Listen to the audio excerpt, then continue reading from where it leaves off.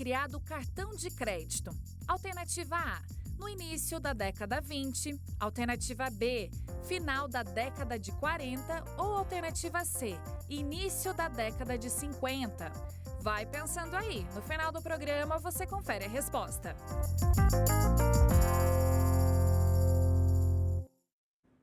Olá, queridos amigos da Novo Tempo. Está começando o programa de Finanças da Família. Seja muito bem-vindo a mais uma jornada. E como o nosso tema é Finanças para a Família, hoje nós vamos tratar de um assunto que pode parecer um tanto estranho: traição financeira na família. Será que isso acontece? O que isso quer dizer? E se já aconteceu, tem solução? É possível mudar uma situação difícil?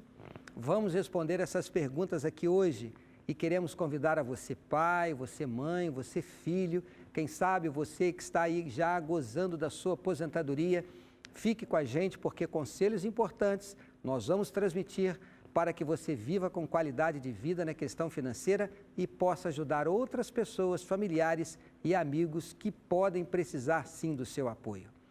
Teremos um convidado especial aqui para tratar desse assunto com a gente, mas antes, aquele convite de sempre para que você possa nos acompanhar nas redes sociais. Na verdade, interagir com a gente, dar a sua contribuição, mandar a sua pergunta, que nós vamos responder aqui, e conte também o que o Saldo Extra trouxe de bom para a sua vida. Mande o seu abraço. Vamos aqui certamente compartilhar com muitas outras pessoas a sua experiência de vida. E você pode também encontrar o nosso conteúdo específico para os internautas lá no YouTube. Inscreva-se no nosso canal, interaja conosco no Facebook, no Instagram, no Twitter. Será um prazer ouvi-lo e compartilhar um pouco da nossa experiência e certamente contribuir para que muitas e muitas outras pessoas saibam daquilo de bom que está acontecendo na sua vida financeira. E quando você acessar o nosso site, novotempo.com/saldoextra, você vai encontrar esta imagem, a capa desta revista que está aqui em minhas mãos. Se você não sabia ou não pediu ainda, é a revista Saldo Mais, um presente da Novo Tempo para você. É isso mesmo, ao clicar ali na imagem da capa da revista, vai abrir um cadastro, coloque os seus dados e nós vamos enviar essa revista gratuitamente para a sua casa. Ou você pode pedir através do nosso telefone, 0 operadora 12 21 27 31 21, no horário comercial. Vamos atender, fazer o seu cadastro e mandar a revista Saldo Mais para a sua casa. É um presente da Novo Tempo para você. E então, traição financeira da família. Será que acontece? Temos aqui um economista para tratar desse assunto conosco. Eu quero dar aqui as boas-vindas ao nosso amigo Giovanni Coutinho. Seja muito bem-vindo ao Saldo Extra, Giovanni. Muito obrigado, Tosses. É um prazer para mim estar aqui com vocês. Compartilhar um pouquinho do nosso conhecimento, da nossa experiência, né, nesse assunto tão importante que é a educação financeira. Verdade. O Giovanni, ele é gerente de conteúdos do site Dinheirama e praticante da educação financeira como estilo de vida. Trabalhou por 18 anos com tecnologias da informação e comunicação na área de operação, marketing e vendas. É engenheiro, possui pós-graduação em administração e economia financeira. Portanto, o Giovanni tem experiência, tem tratado e trabalhado com o assunto da educação financeira, que é o tema da programação aqui, do conteúdo do Saldo Extra. Giovanni, esse título foi trabalhado com você e a equipe aqui de produção do Saldo Extra. Traição financeira da família. O que isso quer dizer?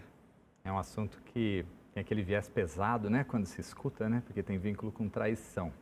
E, de fato, é um tema preocupante.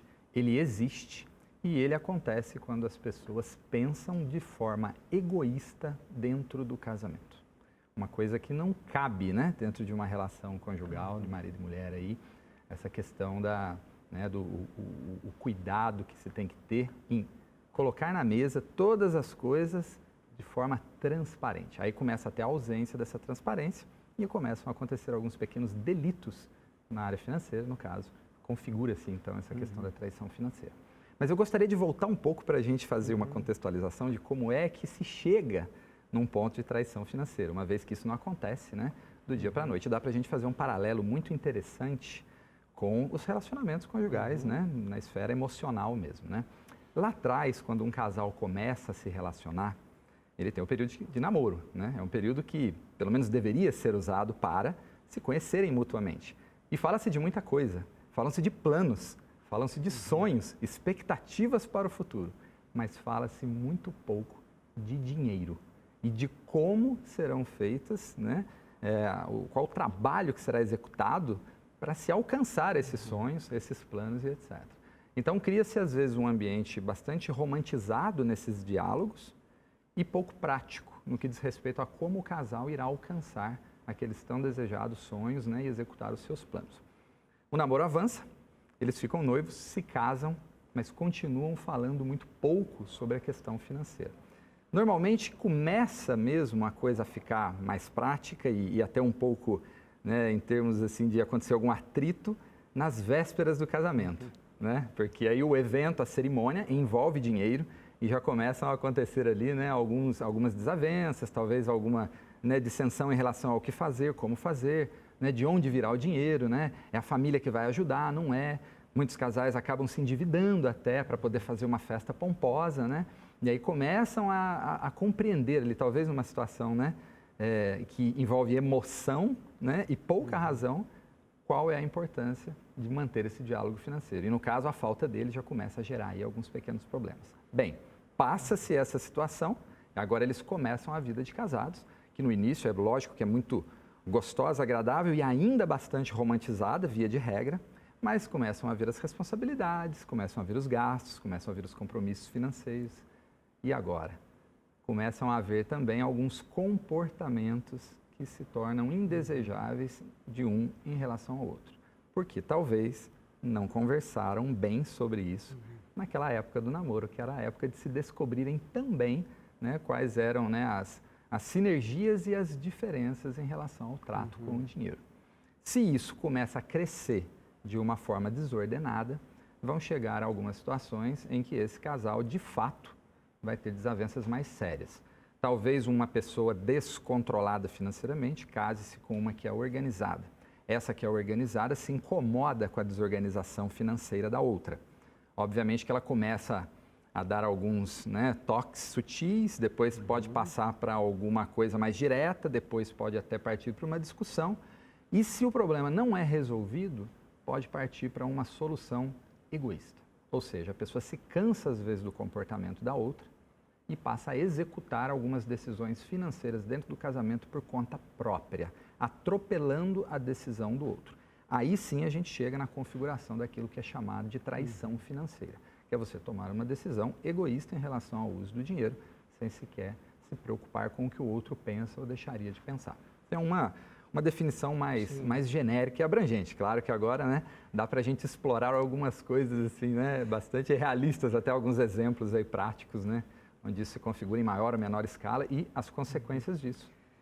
Giovanni, nessa reflexão inicial que você apresentou aqui, é bom nós destacarmos a vocês aí que estão se preparando para o casamento, que estão noivos, parem e estabeleçam um orçamento de como vocês vão viver depois de casados, antes de casar. Qual o padrão de vida que vocês vão ter? Às vezes, né, Giovanni, um dos cônjuges, dos noivos, tem um padrão de vida porque está vivendo sobre a dependência dos pais, um padrão de vida melhor, e aí ao casar vai ter a sua independência, mas pode ter um padrão de vida diferente. Vocês já pararam para pensar nisto? Então estabeleçam isto antes do casamento, façam um orçamento para vocês determinarem que padrão de vida vocês vão ter de acordo com a renda, para que quando chegar o dia a dia da vida de casado, os problemas não aconteçam. Mas, já casaram, Giovanni? Isso não foi feito antes, agora surgem os problemas, as dificuldades. Nós recebemos aqui várias perguntas e alguns depoimentos assim até desesperados, principalmente de mulheres que dizem que o marido domina, que o marido assumiu o cartão de crédito, que ele quer administrar o salário da esposa, que ele não quer o diálogo, que a família passa por problemas, que o casamento está acabando. O que você diria para esta mulher? Em termos culturais, né, essa coisa do homem dominar as finanças da casa é algo que já vem de décadas, né? A mulher, ela assumiu, né, essa coisa de gerar renda depois do homem, né? Isso meio que na história humana, né, já vem aí de um passado bastante remoto, né? Só que mudando agora essa maneira, né, como a família administra as finanças e gera a própria renda, obviamente que isso criou, né, algumas dificuldades, né, para ambos. O homem passou a ficar, às vezes, assustado, né? Nossa, agora minha esposa gera renda. E muitas vezes gera mais renda do que ele próprio. O que não tem nada de errado. Não tem nada de errado, mas culturalmente, e é claro, não é para todas as pessoas, estamos analisando isso de uma forma mais geral, mais abrangente, isso assusta o homem. Porque tira ele de uma situação de controle natural causado por questões culturais. Né? Como você disse, não há nenhum problema nisso, né? Até porque existem mulheres que são exímias administradoras das finanças do lar, né? Era até melhor mesmo que o dinheiro ficasse completamente nas mãos delas, né? As mulheres são até mais perfeccionistas do que os homens e elas têm mais cuidado com os detalhes, em guardar os comprovantes daquilo que se gasta, em fazer o controle. Não é um mau negócio deixar que as mulheres façam as contas, né? Exatamente. Agora, o que acontece? Aí a gente tem que entender, na base do diálogo, e não há uma outra ferramenta melhor do que essa, o porquê que este marido, ele exerce essa pressão sobre o controle das finanças dessa mulher. Seja ela geradora ou não de renda, né? No caso dela gerar renda, eu acho ainda muito mais justo que haja esse diálogo de forma ampla e transparente. Mas no caso dela não gerar renda, isso não dá ao marido o direito também de oprimi-la financeiramente, né? De qualquer forma, o dinheiro ele precisa ser colocado na mesa e a maneira como ele vai ser utilizado precisa ser discutido por todos os membros da família que já sejam capazes de fazer isso. Quer dizer, os filhos também, quando assumem uma certa idade, eles precisam participar disso. Isso não é só também uma questão dos pais. Os filhos vão crescendo. É bom que eles vejam, inclusive, os pais fazendo isso, né? E aí esse homem precisa aprender que ele não é o dono do dinheiro, né? O fato dele ter se casado já configura uma situação onde ele pressupostamente já está aberto para dividir as coisas, né, que até então ele tomava, as decisões que até então ele tomava sozinho. Todas essas decisões agora ele tem que levar em conta, né, a opinião dos demais familiares, principalmente do cônjuge. Então já parte desse pressuposto, né? Se esse homem ele exerce essa pressão, provavelmente ele não estava, né, muito bem preparado até para entrar num casamento no que diz respeito às responsabilidades que essa instituição, né, exige. Mas agora que ele está lá, ele precisa entender as regras. E as regras dizem que ele precisa gerir todo o orçamento familiar de forma participativa. Ele não pode dominar isso. Agora, é claro, há casos em que a mulher também ela fica muito ausente do assunto dinheiro dentro de casa. Ela mesma, por decisão própria, vai deixando o marido controlar. De repente, de uma hora para outra, aí ela passa a ter esse insight. Nossa, eu estou ficando alienada da situação financeira da casa, né? E se o meu marido passa mal? E se ele fica doente? E se acontece uma fatalidade e ele vem até a falecer? Como que eu vou ficar? Ela começa a cair em si que ela não tem nenhum tipo de conhecimento, né, sobre como lidar com essas finanças. E aí ela passa agora a querer participar. Ela precisa abrir isso para o marido, de uma forma bastante clara também, transparente, né? Então, entre os cônjuges, Giovanni, nós podemos dizer assim: a alienação está errada e o domínio absoluto está errado. Também. A gestão financeira tem que ser compartilhada. Eu quero até aproveitar e lembrar de um texto da Bíblia, que diz que o homem, e naturalmente que no sentido generalizado, o homem e a mulher, deixará o seu pai e a sua mãe, unir-se ao seu cônjuge e serão ambos uma só carne. O homem deixa sua casa, a mulher deixa sua casa, se unem e formam uma nova família, uma só carne. Esta união não é só da escovinha de dente no mesmo copo, não é só dormir na mesma cama, não é só viver na mesma casa, é a união também das finanças. Exato. Os dois precisam administrar as finanças juntos. Nada de errado, né, Giovanni? O marido ter a sua conta bancária, a mulher ter sua conta bancária, ter um cartão de crédito, o outro como dependente, nada de errado. Mas o orçamento é conjunto, as decisões conjuntas, e não existe nada de errado de um fazer as contas, controlar os débitos bancários, cuidar do extrato.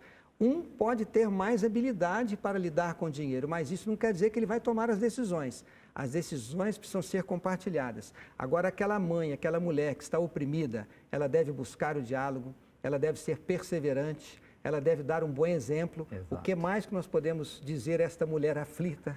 Ela precisa buscar conhecimento, né? Informação. Informação. Né? Isso é um assunto muito importante, porque, mais uma vez, dentro do conceito da alienação, né, o dinheiro é uma coisa muito presente na vida do casal, né? Então, as pessoas elas têm assim muito interesse em saber como ganhar o dinheiro, mas pouco interesse em saber como lidar com ele. É curioso isso, né? É algo tão contrário, né? Deveria ser não tão importante, né? Gerir, fazer a gestão do uso desse dinheiro, tanto quanto buscar as suas fontes de renda. E essa mulher, ela precisa também passar a participar disso de uma forma no sentido de se educar financeiramente, começar a entender mais sobre a questão do dinheiro, de investimentos, porque de repente, quando ela começar a mostrar para o marido dela que ela tem um conhecimento, que ela tem sugestões que podem fazer com que as finanças da casa sejam melhor administradas, sugestões de investimento que vão multiplicar o patrimônio daquela família, talvez aquele marido comece a pensar, nossa, talvez ela entenda realmente desse assunto e esteja até mais bem informada do que eu sobre como fazer o uso do dinheiro. Então, é uma ferramenta poderosa e é uma ferramenta que essa mulher oprimida pode desenvolver também de uma forma assim, mais quietinha no canto dela, para não gerar esse atrito inicial. Porque é claro que se ela for de uma forma muito incisiva para dialogar isso com o marido, pode ser que ela cause ainda mais transtornos, né? Então, ela precisa usar de sabedoria. De repente, ela desenvolve esse conhecimento de uma forma ali solitária, e aí quando ela for apresentar o assunto para o marido, ela já apresenta mostrando que ela agora adquiriu conhecimento. Marido, por que a gente não tira esse dinheiro da poupança e não compra um título público? Eu andei estudando e eu fiquei sabendo de um tal de Tesouro Selic. É um título interessante porque ele tem características muito interessantes, parecidas com a da poupança, mas rende mais. E ainda tem liquidez diária. E é mais seguro do que a poupança, inclusive. Isso. Aí o marido já vai abrir o olho desse tamanho. O quê? Tesouro o quê? Né? E aí já, de repente, desarma esse homem, ou pelo menos abre a possibilidade de um diálogo mais profundo para que comece a se restabelecer essa gestão participativa que ou se perdeu ou nunca aconteceu, né? Uma boa dica para essa mulher é dizer assim, marido, eu encontrei um programa muito legal chamado Saldo Extra. Excelente. Tem lá uns convidados especiais, especialistas em finanças. É isso mesmo. Chame o seu marido para sentar ao seu lado e assistir o programa Saldo Extra. Às vezes o homem não quer ficar muito parado na frente da televisão, etc. Conte para eles o que você ouviu, seja no programa aqui Consultório de Família, que fala sobre relacionamento conjugal, seja no programa Vida e Saúde, que fala de cuidados que nós devemos ter com a saúde, e fale também do assunto de finanças. Agora vamos voltar para o lado do marido. Sim. Nós vivemos numa sociedade difícil, passamos por problemas, e nós sabemos que muitos dos problemas que passamos, eles são causados sim por decisões erradas, mas às vezes essas decisões erradas são potencializadas por fatores externos alheios à nossa vontade. O marido que está com um problema financeiro e ele não quer contar para a esposa, ele não quer contar para os filhos, ele não quer dizer para a família que a situação financeira está desequilibrada. Ele sabe que ele é o provedor da família, ele é o mantenedor da família e ele fica assim, eu não vou contar, eu vou guardar só para mim. O que você diz para esse marido? De que forma ele deve tratar desse assunto sem baixar a sua autoestima, sem se sentir desvalorizado? Esse também, inclusive, é uma situação que se configura também, um tipo de traição, porque, de certa forma, ainda que ele esteja fazendo isso motivado por coisas boas, que é poupar a dor da família, ele está escondendo uma situação que é real, né, que não deve acontecer. A palavra mais importante quando a gente está falando do assunto fidelidade é confiança. Essa palavra precisa existir quando o assunto é fidelidade, é confiar na pessoa. Se esse marido já está escondendo que as coisas não vão bem, a gente já precisa entender também por que esse marido está escondendo. Por que o diálogo já não é aberto ao ponto de quando as coisas começaram a ficar estranhas, quando ele começou a ouvir na empresa dele ou no negócio que ele mesmo é proprietário, que ele começou a perceber que as coisas não estavam indo bem, porque ele já não começou a abrir esse diálogo, já não começou a consultar com a esposa. Puxa, meu bem, as coisas não estão indo bem lá na empresa, as vendas estão diminuindo. Ou lá no trabalho eu percebi que está começando a haver um índice maior de demissões e isso começa a me preocupar. Nesse momento ele já poderia estar preparando emocionalmente a família e também tecnicamente, em termos de ajustar o orçamento dele para que isso não acontecesse. Agora, não houve esse diálogo. É claro que vai ter um pequeno prejuízo, porque Não há outra maneira de se resolver isso a não ser abrir o coração. Ele vai precisar contar isso para a família dele. Quanto antes ele fizer isso, melhor. Quanto mais demorar, mais dor vai causar, porque vai causar impacto na família que acha que está indo tudo bem. E está gastando como se estivesse indo tudo bem. E aí está o perigo. Porque se está havendo já uma queda aí na renda ou uma possibilidade de cessão, né, dessa renda de forma abrupta, essa família não pode estar gastando de forma desenfreada ou da forma natural, como já estava acostumada no padrão anterior. Ela já teria que estar ali puxando no freio, fazendo os ajustes. Então, quer dizer, meu recado ele é direto para esse marido, né? Não esconda isso da sua esposa nem da sua família. Por mais que doa a você, fale isso e fale isso o quanto antes. Chame a sua esposa, ou se for a mulher, o seu marido, enfim, para conversar e coloque as cartas na mesa. Né? Agir com transparência. Agir com transparência. E agora, claro, vai ser um pouquinho mais difícil, vai causar um pouco de dor, mas é certo que isso também é uma oportunidade para que essa família agora, juntos, encontrem uma solução para readequar as finanças da casa. Quem sabe essa mulher habilidosa também não tem uma condição de segurar aí as pontas enquanto o marido está no momento de desemprego ou de transição de trabalho. Isso é muito comum, por que não? Será que esse marido ele tem um orgulho que está impedindo ele de fazer isso? Por que não contar com a ajuda da esposa? Muitas esposas estão ávidas para fazer isso pelos seus maridos, até motivadas pela gratidão daquele homem que tanto se doa no dia a dia, né, para poder manter a estrutura do lar. Então esse homem tem que aprender a confiar mais, né, a se entregar mais também e mostrar as suas fraquezas. O homem tem um pouco disso, né, de querer segurar aquilo na força, né, eu estou no controle, eu sou capaz. Não faça isso. Você também é uma pessoa que sofre, que dói, né, que sente dores, que chora. Então, assim, mostra isso. Isso não é fraqueza, ao contrário, isso é força. É você administrar essa situação emocional, difícil, mas mostrar para sua família, olha, estamos numa situação difícil. Eu continuo no comando do barco, junto com vocês, com a opinião de vocês, quero o braço de vocês aqui apoiando, mas vamos atravessar agora uma região de turbulência. O mar aqui está agitado, o navio vai chacoalhar. Então, vamos juntos segurar que a coisa vai ser mais, né, vai ter mais chance de atravessarmos essa tempestade e depois que tudo passar, né, se acalmar, a gente reestrutura toda essa situação e voltamos de novo a ver as novas possibilidades, se for outro trabalho, se for um outro negócio. Muitos, inclusive, que passam por isso, quando compartilham essas ideias com a família, passam a receber ideias interessantes e às vezes dali nasce aquilo que vai ser talvez o primeiro negócio próprio, que vai transformá-lo num empreendedor, que vai fazê-lo ter depois uma vida muito melhor ainda e mais rica em vários aspectos, porque agora a família participou, todos pensaram juntos e até a rentabilidade pode crescer. Então, transparência sempre, né? Giovanni, nós falamos para a mulher, falamos para o marido.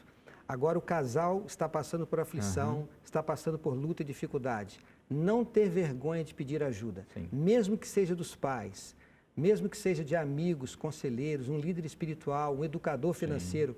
Em 2 minutos, rápido, bem rápido, o que você diria para este casal? Esse casal precisa sim buscar essa ajuda profissional, precisa primeiro abrir todo esse arcabouço financeiro para essa pessoa que ele confia.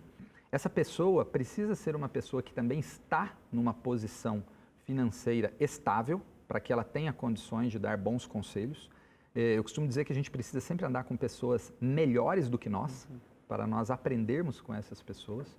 E, obviamente, que essas pessoas, né, sendo de confiança, poderão ajudá-los não só com ideias, mas talvez até com algum apoio mais prático, em termos de oportunidades profissionais, em termos até, quem sabe, de um empréstimo, de uma forma em que isso possa ser pago, né, sem ter que a pessoa incorrer em juros bancários e outras coisas mais pesadas. Enfim, ela precisa confiar e precisa buscar apoio de uma pessoa que tenha condições de entregar para ela mais do que aquilo que ela já tem de conhecimento, de estrutura e etc.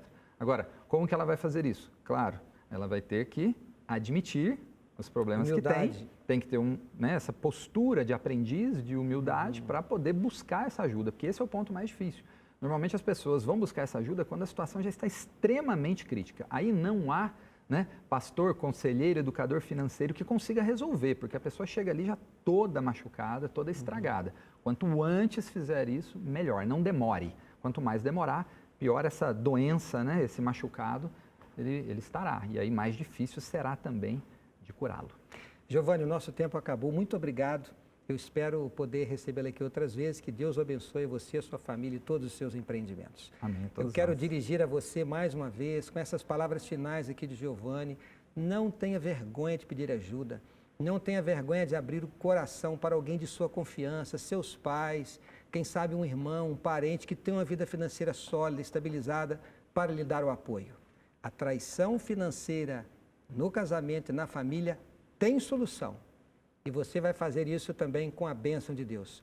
Ore ao Senhor, peça sabedoria, peça para que Deus dê a você o necessário para que você tome a decisão certa e transforme a sua vida, transforme o seu casamento e a sua família. Esse é o nosso desejo para você e que Deus o abençoe grandemente. Estaremos aqui esperando por você na próxima semana. Um abraço, que Deus te abençoe.